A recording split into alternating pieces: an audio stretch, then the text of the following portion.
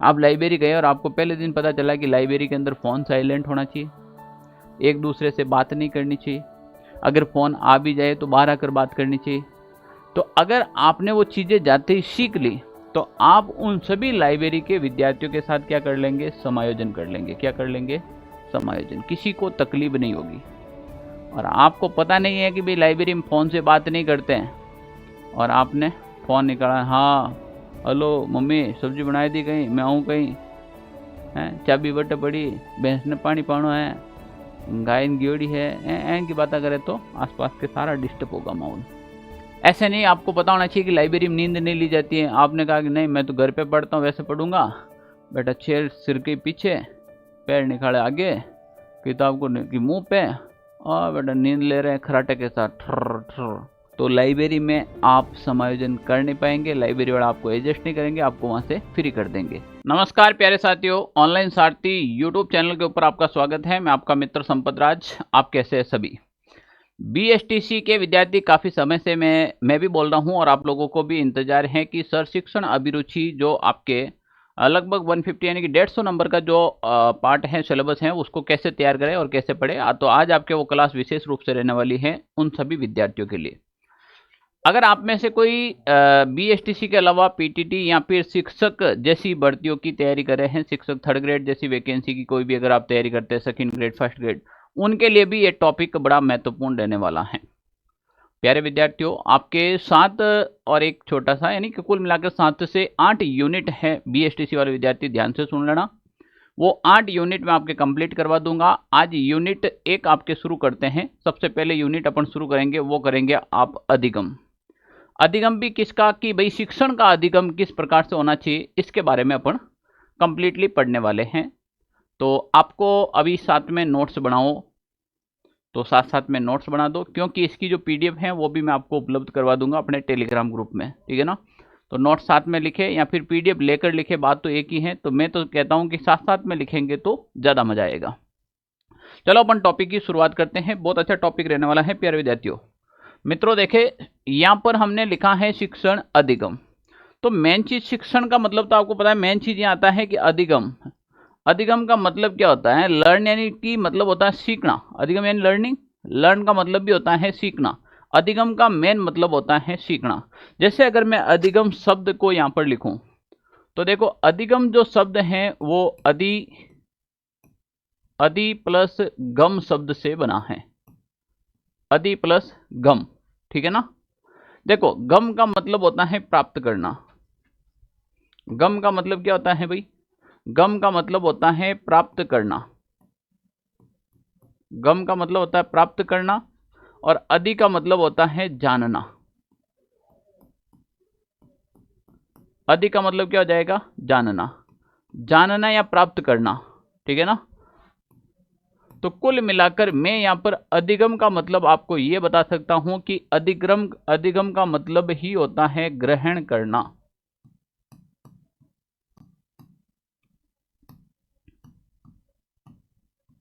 अधिगम का मतलब ही होता है ग्रहण करना, यानी कि कोई भी चीज अगर आप सीखते हो तो इसका मतलब अधिगम है। आप एक बात समझिए कि मुझे आप क्यों सुन रहे हो या फिर आप मेरे YouTube चैनल के ऊपर क्यों पढ़ रहे हो, क्योंकि आपको कुछ न कुछ सीखना है। आपको पता है कि हम YouTube पर जाएंगे, अगर सर हमें कोई भी चीज़ पढ़ाएंगे तो हम उससे कुछ सीखेंगे और वो हमारे एग्जाम में काम आएगा। तो यानी कि जो मैं आपको चीज़ पढ़ा रहा हूँ और आप मेरे YouTube के ऊपर अगर आप आकर पढ़ रहे हो तो आप सीख रहे हो। क्या कर रहे हो, सीख रहे हो। तो सीखने की क्रिया ही अधिगम होता है। कुल मिलाकर अधिगम का मतलब होता है लर्निंग, यानी कि सीखना। कोई भी चीज़ अगर आप सीखते हो, कोई भी चीज़ अगर आप सीखते हो तो वो क्या हो जाएगा भाई, सीखना क्या हो जाएगा, अधिगम हो जाएगा। यानी कि ग्रहण करना, सीखना, ये सारे के सारे अधिगम ही हैं। ये सारे के सारे अधिगम ही है। प्यारे विद्यार्थियों, बात सही हो वो भी सीखी जाती है, बात अच्छी भी सीखी जाती है, बात बुरी भी सीखी जाती है। यानी कि अधिगम सही भी हो सकता है, अधिगम गलत भी हो सकता है। जरूरी थोड़ी है कि दुनिया में हर चीज अच्छी ही सीखी जाती है। जैसे मान लीजिए बोलचाल के अंदर, गांवों के अंदर कुछ लोग बैठे थे, पुराने लोग या नए लोग जो भी हो, अगर वो बोली चाली के अंदर एक दो गाली शब्द का प्रयोग कर लिया और बच्चे ने वो चीज सीख ली, बच्चे ने इससे पहले कभी नहीं सुनी थी, पर अगर उसके कान में अगर वो आवाज गई और उन्होंने वो गाली सीख ली, अब बताओ ये अधिगम सही है या गलत है, पर उन्होंने सीखा तो है ना, यानी कि उन्होंने सीखा जरूर है। अब वो बात भले ही सही हो या फिर भले ही गलत हो, पर उन्होंने सीखने की प्रक्रिया प्रारंभ कर दी। मान लीजिए मैं बहुत से एग्जाम्पल दूंगा आपको। एक छोटा बच्चा होता है, वो एक माचिस की डिब्बी लेता है, उसने लाइफ में पहली बार माचिस की डिब्बी देखी है। अगर वो छोटा बच्चा है, आप देखना जब बच्चे का जन्म होने के बाद जब बच्चा चलने लगता है तो उसको पता नहीं है कि भाई आग के अंदर जाने से आदमी जल जाता है या आग में गिरने से जल जाता है। तो जो छोटा बच्चा है अपन दूर छोड़ेंगे और अपन अगर किचन में कहीं पे भी खाना बना रहे हैं गाँव में, देखना चूल्हे पे, तो वो बच्चा उस आग की ओर आकर्षित होगा और भागकर उस आग की तरफ आएगा, क्योंकि उसको पता नहीं है कि ये आग है। उसके लिए कोई एक चमकीली वस्तु है, वो अभी तक उसको इसका आभास नहीं है कि ये आग है, इसमें तप होता है, इसमें जलन होता है, इससे आदमी मर सकता है, उसको कोई भी पता नहीं है। वो उस आग की तरफ भागकर जाएगा। तभी हम कहते हैं ना, छोटा बच्चा रो ध्यान रखो रे भाई, टाबरा रो ध्यान रखो। क्यों? टाबरों के अंदर वो बुद्धि नहीं होती है। तो टाबर क्या करते हैं, पानी का मतलब उसको पता नहीं होता, आग का मतलब उसको पता नहीं है, ऊंचे से गिरने का उसको मतलब पता नहीं होता है, तो वो चलता जाता है, गिर भी जाता है। अब मान लीजिए कभी एक बच्चे ने तीली से, माचिस से एक तीली निकाली और उसने जैसे ही जलाई, जिंदगी में फर्स्ट बार जैसे ही उन्होंने जले और उसकी अंगुली जल गई, तब उसको एक आभास हो जाएगा कि ये आग है, इससे डर लगता है, इससे जलता है। फैक्ट। दूसरी बात, कभी न कभी या तो घर वाले उसको बार बार अगर रिपीट करवाए वो आग है, उससे डर लगता है, उससे आदमी मर जाता है, उससे आदमी को नुकसान होता है, तब उसके माइंड में आएगा। तो जब तक कोई भी चीज आपके माइंड में नहीं आएगी तब तक आप नहीं सीख सकते हो। जब धीरे धीरे वो आपके दिमाग में आएगी, आप उसको सीखेंगे, तब आपके वो दैनिक जीवन में आप उसका उपयोग करना शुरू हो जाएंगे। अधिगम कैसा भी हो सकता है। अधिगम एक सतत प्रक्रिया है। अधिगम निरंतर चलता है, जन्म से लगाकर आदमी मृत्यु तक कुछ न कुछ सीखता रहता है। ऐसा नहीं कि अधिगम की एक फिक्स आयु होती है ना। अधिगम अगर एक बार शुरू हो गया ना तो निरंतर चलता रहता है। मैं जब अब बड़ा हुआ हूं तो मैं कुछ और सीख रहा हूं, मान लो 10 साल बाद और नई चीजें सीखेंगे। अभी आप दैनिक जीवन के अंदर आप अभी पढ़ाई के बारे में सीख रहे हो, फिर आगे आपको मान लीजिए अगर आपको आगे आपका विवाह हो गया तो गृहस्थ जीवन के बारे में सीखेंगे, बच्चे बच्ची हो गए तो उनके बारे में सीखेंगे, फिर सामाजिक जीवन के बारे में सीखेंगे। तो कुल मिलाकर आदमी सीखता ही रहता है निरंतर। अधिगम चाहे सही दिशा में हो चाहे गलत दिशा में हो, निरंतर चलता रहता है। कोई आदमी पढ़ लिख कर पुलिस बन जाता है, वो सही तरीके से अधिगम करता है। कोई अपराध करके गुंडा बन जाता है तो वो कहीं से तो सीखा होगा कि भाई चाकू से मारने से आदमी की मृत्यु हो जाती है, गोली मारने से आदमी की मृत्यु हो जाती है। तो ये चीजें सीखने में आती है। किस में आती है? सीखने में। तो कुल मिलाकर यहाँ पर अपन अधिगम के बारे में कहे तो अधि और गम, जानना या प्राप्त करना, इसका मुख्य अर्थ होता है ग्रहण करना या फिर सीखना होता है। आई बात समझ में? अधिगम के बारे में, अधिगम एक सतत प्रक्रिया है।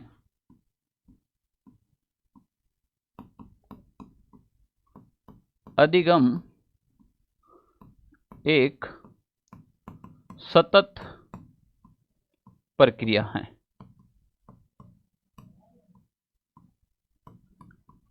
जो निरंतर चलती रहती है।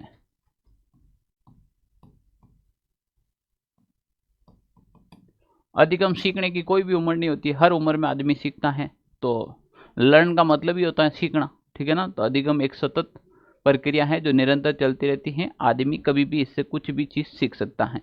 चलो अपन अगर अधिगम की परिभाषा के बारे में बात करें तो प्यारे विद्यार्थियों, ये आपके सामने एक छोटी सी मैंने परिभाषा बनाई है। इस परिभाषा को आप एक बार समझिएगा। क्या समझना है? अधिगम शब्द दो शब्दों से मिलकर बना है, अधि प्लस गम से बना है, जिसका अर्थ होता है अधि। देखो पहले तो ये दो शब्दों से मिलकर बना है। एक शब्द हो गया आपके पास में अधि और दूसरा हो गया गम, यानी कि कुल मिला के दो शब्दों से बना है, अधि और गम से बना है। अधि का मतलब होता है जानना, अधि का मतलब क्या होता है? जानना। और गम का मतलब होता है प्राप्त करना। गम का क्या मतलब हो जाएगा? प्राप्त करना। इस प्रकार अधिगम का अर्थ होता है ग्रहण करना। अधिगम का मेन अर्थ क्या होता है? ग्रहण करना। आप एक ही बात सीख लीजिएगा कि अधिगम का मतलब होता है कोई भी चीज सीखना या फिर ग्रहण करना, वो ही अधिगम है। अब वो किसी भी फील्ड में सीखो, आप लिखना सीख लिया तो अधिगम है, आपने गाड़ी चलाना सीख लिया अधिगम है, आपने फोन चलाना सीख लिया अधिगम है।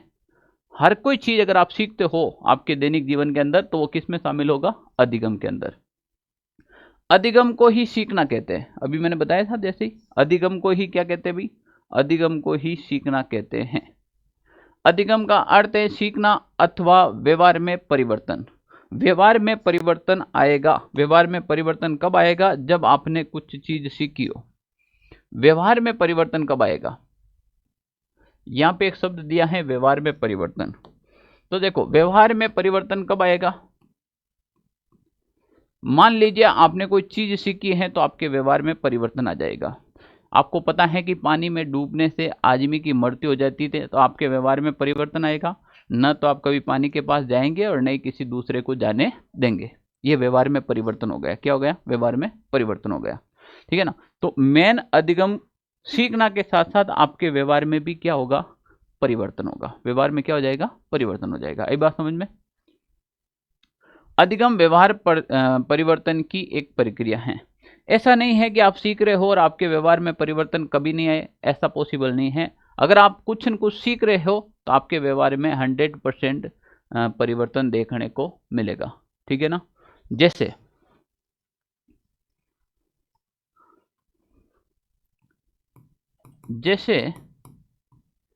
किसी बच्चे को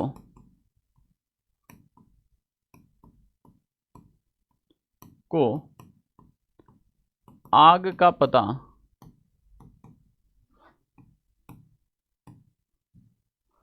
आग या फिर अग्नि की आग की अपनी भाषा में लिख रहा हूं जानकारी नहीं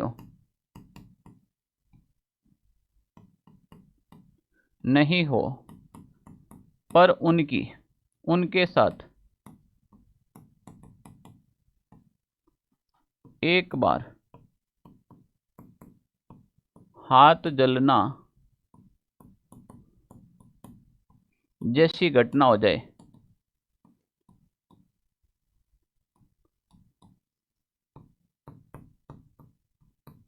तो उसके व्यवहार में क्या आ जाएगा? परिवर्तन आ जाएगा। उसके व्यवहार में परिवर्तन आ जाएगा। व्यवहार में परिवर्तन क्या होगा? अब उसको पता चल जाएगा कि आग से बचकर रहना है, आग के पास नहीं जाना है, आग हमें जला सकती है, आग से हमारी मृत्यु हो सकती है। तो उसके व्यवहार में क्या आ जाएगा? बिल्कुल परिवर्तन आ जाएगा। उसके व्यवहार में क्या आ जाएगा? एकदम परिवर्तन आ जाएगा। चलो हम इसके बारे में बात करें। अधिगम की अगर मैं प्रकृति के बारे में बात करूं तो मेन चीज होती है, पहले यहां से 2 पॉइंट सीख लेगा। अधिगम का मतलब होता है सीखना, और जब कोई व्यक्ति सीखेगा तो उसके व्यवहार में क्या आएगा? परिवर्तन आएगा। उसके व्यवहार में हमेशा क्या मिलेगा? आपको परिवर्तन मिलेगा। अब अधिगम की अगर मैं प्रकृति की बात करूं तो अधिगम की जो प्रकृति है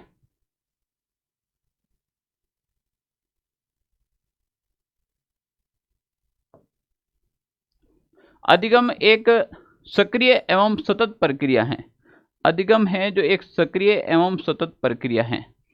सक्रिय, निष्क्रिय आदमी तो कैसे सीखेगा? सक्रिय होगी तभी तो कोई चीज सीखने को मिलेगी। कोई आदमी नींद में कुछ सीख सकता है क्या कि मैं सो रहा हूं और सोते सोते मैंने गाड़ी चलाना सीख ली तो भाई वो आंख खोलते ही आपकी वो गाड़ी दिमाग से निकल जाएगी। कोई आदमी सक्रिय होगा तो ही अधिगम होगा, निष्क्रिय में कभी भी अधिगम नहीं होगा। ठीक है ना? सक्रिय एवं सतत प्रक्रिया है। जब आदमी सक्रिय रहता है तो हमेशा कुछ न कुछ चीज सीखते ही रहता है, कुछ न कुछ चीज सीखते रहता है। बूढ़ा बडेरा या आपके गुरुजी कहीं न कहीं आपको कहा है कि जहां से जो चीज मिले वो सीख लो। तो सीखने का मतलब क्या है? कहीं पे भी जिस स्थान से आप खड़े हो वहां पे भी कुछ न कुछ आपको सीखने को मिलेंगे। ठीक है ना? मान लीजिए आप ट्रैफिक चौराहे पे खड़े हो, तो आप चौराहे के ऊपर वहां पे खड़े, आपने 3 बत्ती देखी, एक येलो कलर की, एक ग्रीन कलर की, एक रेड कलर की। तो अब आप वहां पर एनालाइज किया कि जैसे ही आपके सामने रेड बत्ती आई तो आप वहां पे रुक गए, ग्रीन बत्ती आई तो आप निकलने लगे। तो ये क्या है? आपके व्यवहार में परिवर्तन लाएगा। आपने अगर फर्स्ट बार देखा, जब नेक्स्ट टाइम आप जाएंगे और जैसी रेड बत्ती देखी आपकी गाड़ी रोक देंगे आप, क्योंकि आपके व्यवहार में परिवर्तन आ गया। आप सीख गए हैं कि रेड बत्ती का मतलब गाड़ी को रोकना है। अधिगम प्रक्रिया तथा परिणाम दोनों हैं। अधिगम प्रक्रिया, प्रक्रिया का मतलब सीखने के लिए प्रक्रिया करेंगे, और परिणाम दोनों है। परिणाम का मतलब जब प्रक्रिया कंप्लीट होगी तो कुछ न कुछ उसका परिणाम निकलेगा। जैसे मैंने अभी बताया था कि हमने रेड लाइट देखकर ये सीख लिया है, ये हमारा परिणाम है, हमारा रिजल्ट है कि हमारे दिमाग में बैठ गए हैं कि रेड लाइट देखते आपको रुकना है, ये खतरे का निशान है। आई बात समझ में? ग्रीन का मतलब आप चलते रहो, निरंतर रुकने की आवश्यकता नहीं है। तो अधिगम का 100% कोई न कोई परिणाम निकल कर आपके सामने आएगा। अधिगम मानव की एक प्रकृति है, बिल्कुल है। अगर मनुष्य जन्म आपको मिला है तो आपके अंदर अधिगम एक प्रक्रिया मानव प्रकृति के रूप में है। मानव प्रकृति के रूप में आपको कोई नहीं सिखाए तो भी आप देखा देखी से सीख जाएंगे। देखा देखी से काफी ऐसी चीजें हैं जो आपको बताई नहीं जाती हैं, फिर भी आप लोगों को इसका नॉलेज हो जाता है। क्यों हो जाता है? क्योंकि ये एक मानव प्रकृति है। उम्र के हिसाब से कोई परिपक्व होता तो भी उसको नॉलेज हो जाता है, ठीक है ना। तो ये एक मानव प्रकृति है। अधिगम, ऐसा कोई नहीं कहेगा कि मेरा मुंड नहीं, मैं अधिगम नहीं करूंगा ना, अधिगम तो होके रहेगा, तुम कहीं पे भी रहो, ठीक है ना। अधिगम मानसिक क्षमताओं के विकास की एक प्रक्रिया है। अधिगम व्यवहार परिवर्तन है, बिल्कुल व्यवहार में परिवर्तन आएगा अधिगम से, मैंने अभी बताया था आपको। अधिगम एक विकास की प्रक्रिया है, विकास होता ही है। अधिगम के साथ साथ में आपको क्या देखने को मिलेगा? विकास देखने को मिलेगा। जैसे जैसे अधिगम होगा वैसे वैसे आपका विकास भी होता रहेगा। कोई कहे ना टाबर होशियार है, आई बात समझ, तो मानसिक विकास हुआ। कैसा विकास हुआ? मानसिक विकास हुआ। अधिगम आवश्यकताओं की संतुष्टि मात्र है। आवश्यकताओं की संतुष्टि मात्र का मतलब समझे, जैसे आपकी आवश्यकता पड़ी कि यार ना मुझे तो 4 व्हीलर सीखनी है, और जैसे आपने एक 4 व्हीलर सीखने के लिए किसी ड्राइवर के पास गए, कार चालक के पास गए और कहा कि मुझे 4 व्हीलर सिखा दो, उन्होंने सिखा दी, तब आपने कहा कि मेरी आवश्यकता की पूर्ति हो गई, आपको आत्मसंतुष्टि हो गई, मेरा अधिगम पूरा हो गया। आपने फिर ऐसे दिमाग थोड़ी लिया कि ना मैं तो अब गाड़ी सीख ली, अब ट्रेन सीखूंगा। अपने बाप दादा की ट्रेन थोड़ी है, मैं तो फ्लाइट सीखूंगा ना। आपके आवश्यकताओं की संतुष्टि मात्र ही अधिगम है। आपको जितनी आवश्यकता है वो आप सीख जाएंगे और उससे आपको संतुष्टि हो जाएगी। क्या हो जाएगी? संतुष्टि हो जाएगी कि भाई मेरा काम हो चुका है। अधिगम एक सामाजिक प्रक्रिया है, बिल्कुल सामाजिक प्राणी के अंदर अधिगम होता है। ऐसा नहीं कि आप हिमालय के अंदर जाकर बैठ जाए और कहे कि मेरे अंदर अधिगम होगा। क्या होगा अधिगम? आप जितने लोगों के बीच में रहेंगे उतना ही ज्यादा सीखेंगे, ठीक है ना। कोई कहता है ना कि भाई इन्हें तो मीन का ठोकर कौन लगे, उसी के कहीं के अपन मारवाड़ी में एक सीधी कहावत है, मारवाड़ी में एक सीधी गाड़ी है, कहावत तो क्या कह सकता, अपना कोई दादा परदादा या मम्मी रहे ना तो सीधी गाड़ी टेके कई बोले इनमें कदी लखण को नहीं आवे। क्यों? मीनकारी ठोकर कौन लागे, कई कौन लागे, मीनकारी ठोकर कौन लागे। अरे भाई मीनकारी ठोकर कहीं काम आवे, अट काम आवे। देखो, क्योंकि अधिगम एक सामाजिक प्रक्रिया है, ठीक है ना। अधिगम जितने लोगों के साथ रहेंगे, समाज के साथ घुल मिल के रहेंगे, उतनी ही अधिगम प्रक्रिया आपके साथ अच्छी होगी। बड़े बुजुर्गों के साथ आपको बात करने का अधिगम आएगा, चलने का अधिगम आएगा, जिंदगी जीने का अधिगम आएगा, बहुत सारा अधिगम सीखने को मिलेगा। आई बात समझ में? बड़ों के साथ बात कैसे करते हैं, छोटों के साथ कैसे व्यवहार करते हैं, ये सारी चीजें अपन देखेंगे तभी तो सीखेंगे ना। और सीखना ही क्या है? अधिगम। इसको अधिगम को केवल शिक्षा के साथ आप कनेक्ट मत करो। आप कुछ भी चीज सीख रहे हो तो अधिगम है, ठीक है ना। तो अधिगम एक सामाजिक प्रक्रिया। कैसी प्रक्रिया? सामाजिक। अधिगम सकारात्मक तथा नकारात्मक दोनों प्रकार का होता है। मैं कह रहा हूं ना, आप पढ़ लिख के नौकरी भी ले सकते हो और आप बदमाश बन के चोरी भी कर सकते हो, आप 007 गैंग भी बना सकते हो, वो भी अधिगम है। कोई ऐसा थोड़ी है जिसमें दिमाग नहीं है। चोरों में पढ़ने वालों से ज्यादा दिमाग होता है। अभी देखो सारे चोर हैं जो को M.Tech B.Tech MBA ऐसे मिलते हैं। आप क्या समझते हो किसी का घर का ताला तोड़ना ही चोरी है? भाई किसी के घर का ताला तोड़ना ही चोरी है क्या? नहीं। आजकल बैंक अकाउंट टूटते सीधे, किसी के आईडी हैक कर दिए, चोरी नहीं है क्या? किसी के बैंक अकाउंट से सीधे पैसे निकाल लिए, ये चोरी नहीं है क्या? ठीक है ना। कोई किसी के कंटेंट चुरा लिया, वो चोरी नहीं है क्या? मान लीजिए मार्केट में मेरी बुक आई, किसी ने वही कंटेंट लेकर अपनी बुक निकाल दी, तो वो चोरी नहीं है क्या? चोरी का मतलब ये नहीं है कि केवल किसी के घर का ताला तोड़ने चोरी है, नो। किसी का नॉलेज भी चुरा सकता है। तो वो अधिगम है, वो सकारात्मक भी हो सकता है, अधिगम नकारात्मक भी हो सकता है। यानी कि अधिगम की मैं बात करूं, अधिगम सही भी हो सकता है, अधिगम गलत भी हो सकता है। सकारात्मक और नकारात्मक का मतलब अधिगम एकदम सही भी हो सकता है, अधिगम गलत भी हो सकता है। अधिगम दोनों प्रक्रिया, ओके। अधिगम एक विवेकपूर्ण प्रक्रिया है, ठीक है ना। विवेकपूर्ण का मतलब सक्रिय, और विवेकपूर्ण अपन कह सकते हैं सोचने समझने की, तार्किक क्षमता की एक प्रक्रिया है। जिसमें सोचने समझने की, जिसमें विवेक नहीं होगा, वो उस आदमी में अधिगम नहीं होगा। काफी बार गांव में ऐसे सुनते हैं कि आदमी थोड़ा बोड़ो आदमी है, हमारा छोरो थोड़ा बोड़ो है, कम बोले, यानी कि उसमें सोचने की क्षमता नहीं, उसमें विवेक नहीं। तो जिसमें सोचने का सामर्थ्य होगा, जो सोच सकता है, उसको पता है कि सही क्या है गलत क्या है, उसको पता है कि ये बड़ा है ये छोटा है, वो उसमें विवेकपूर्ण हो जाएगा। उसको पता चल जाएगा कि ये काम करने से सही होता है, ये काम करने से गलत होता है, तो वो चीज होती है। अब जैसा आप करेंगे, इसीलिए कहते हैं कि माँ बाप का, परिवार का बच्चों पर बहुत ज्यादा प्रभाव पड़ता है। कैसे पड़ता है? मान लीजिए किसी की मम्मी है, मान लीजिए किसी की मम्मी है, वो सुबह उठते ही गाय को रोटी देती है। मान लीजिए आपकी मम्मी सुबह उठते ही गाय को रोटी देती हैं, तो आपके घर में जो बच्चे हैं वो भी सीखेंगे कि नहीं, गाय को रोटी देनी चाहिए। गाय को क्या देनी चाहिए? रोटी देनी चाहिए। एक सही बात है, क्यों? क्योंकि ये मम्मी भी करती हैं। और मान लीजिए आपके घर के सामने गाय आई और मम्मी ने लाठी लाकर इस गाय को यहां से भगा दिया, तो नेक्स्ट टाइम आप क्या करेंगे? जैसे ही आपके घर के सामने गाय आएंगे तो बच्चे तुरंत लाठी लेकर उसको भगा देंगे, क्योंकि मम्मी भी ऐसे करती हैं, पापा भी ऐसे करते हैं, तो बच्चे भी ऐसे करेंगे। जैसे संस्कार देंगे वैसे ही तो आएंगे ना। यही तो अधिगम है, संस्कार लेना देना, यही तो अधिगम है। तो आप इस बात को जरा ध्यान से समझना है, अधिगम का मतलब, ठीक है ना। इसीलिए हमेशा घर में अच्छा व्यवहार रखो। कभी भी आपका भाई बहन का, माता पिता का, किसी का भी झगड़ा हो जाए तो छोटे बच्चों के सामने नहीं झगड़ना चाहिए। आप क्या सोच रहे हो, बच्चे समझ थोड़ी रहे, बच्चों में भी समझ होती है, ठीक है ना। कोई आप में से बच्चा होता है, जैसे आपको पता है कि डॉगी को, अगर आप कोई डॉग को रोटी डालते हैं तो बच्चा भी डालेगा। आप मंदिर में जाएंगे और मंदिर में जाकर आप कहेंगे नहीं, मंदिर में बात नहीं करनी है, साइलेंट रहना, चुपचाप रहना, तो बच्चा भी वहां जाएगा, चुपचाप रहेगा। आप जैसे सर टेक कर प्रणाम करते हैं तो बच्चा भी वो सर टेक कर प्रणाम करेगा। उस बच्चे को थोड़ी पता है कि यहाँ पर क्या है, बस वो जैसे आप कर रहा है वैसा वैसा बच्चा भी करने की पूरी कोशिश करेगा, वही अधिगम है। आई बात समझ में? तो अधिगम एक विवेकपूर्ण प्रक्रिया भी है। अधिगम एक समायोजन की प्रक्रिया है। समायोजन का मतलब समझते हो ना? समायोजन का मतलब होता है किसी के साथ एडजस्ट करना।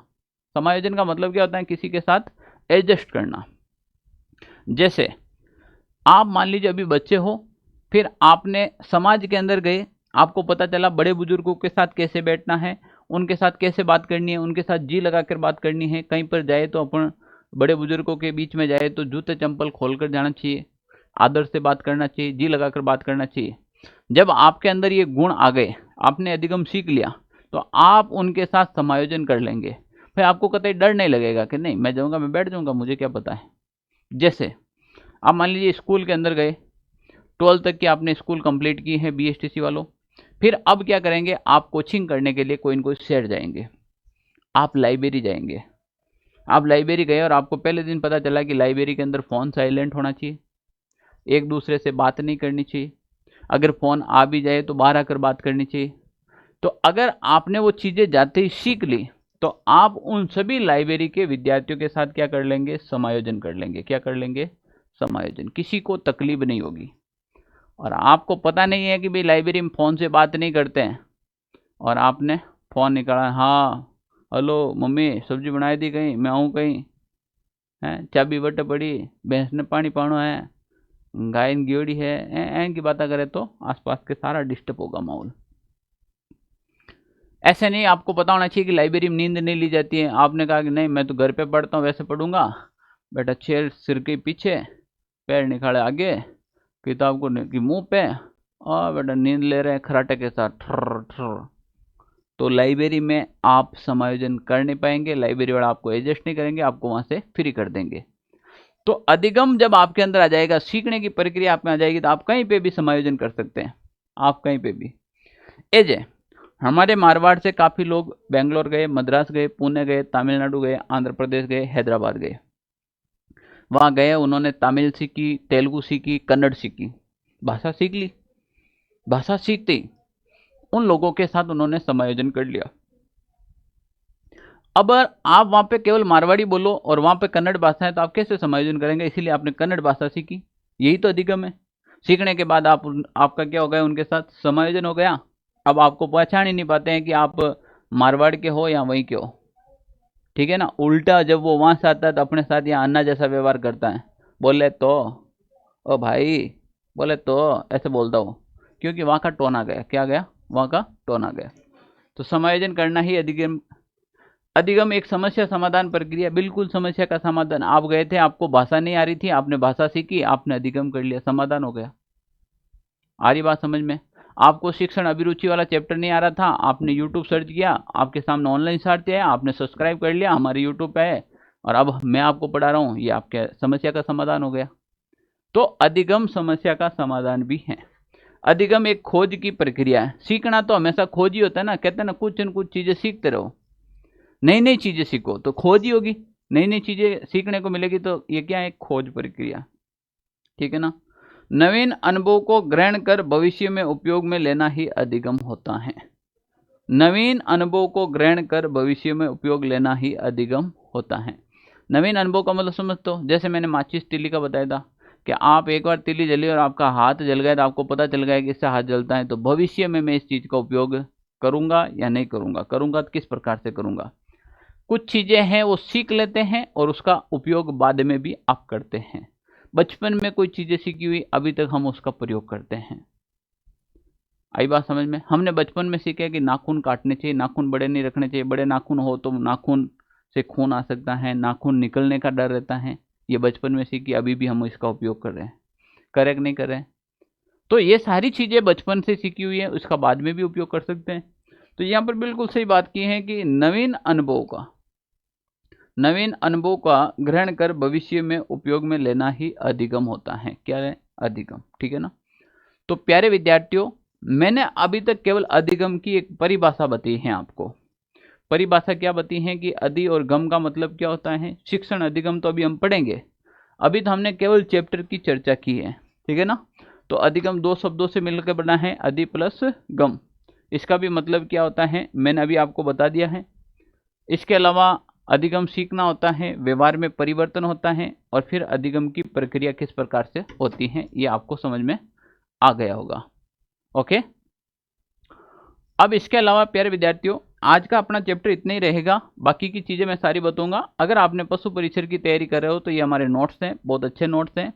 आप इन नोट्स को परचेज कर सकते हो। परचेज करने के लिए हमारा टेलीग्राम ग्रुप दे रखा है, इसके ऊपर लिंक डाल रखा है, आप सबसे पहले यहाँ ज्वाइन कीजिएगा। आपको जो ये अधिगम वाली जो पीडीएफ है ये भी आपको इसी टेलीग्राम पे मिलेगी। तो आप अभी तक टेलीग्राम ग्रुप ज्वाइन नहीं किया तो टेलीग्राम ग्रुप ज्वाइन कर लो। ओके, ये सारे बुक के अच्छे से नोट्स बना रखे हैं जो आप हमारे साथ जुड़कर कर सकते हो। ठीक है ना? तो आज मैंने एक सामान्य परिचय दिया है अधिगम का। अधिगम का कम से कम 7 से 8 क्लास आएगी आपके अधिगम की। तो अब कंटिन्यू आपके अधिगम की क्लासेस शुरू हो जाएगी। हो सके मैं टाइम बढ़ाऊंगा, एक क्लास अपने घंटे 1.5-2 घंटे की भी हो सकती है। ठीक है ना? तो अब आप कंटिन्यू जुड़े, शिक्षण अधिगम वाला जो चैप्टर है वो आपके कंप्लीट हो जाएगा। ठीक है ना? ये अभी तक जो मैंने पढ़ाए हैं इतने से आपने नोट्स बनाने हैं। ठीक है ना? कंटिन्यू नोट्स अभी से बनाने शुरू कर देना। धन्यवाद। जय हिंद।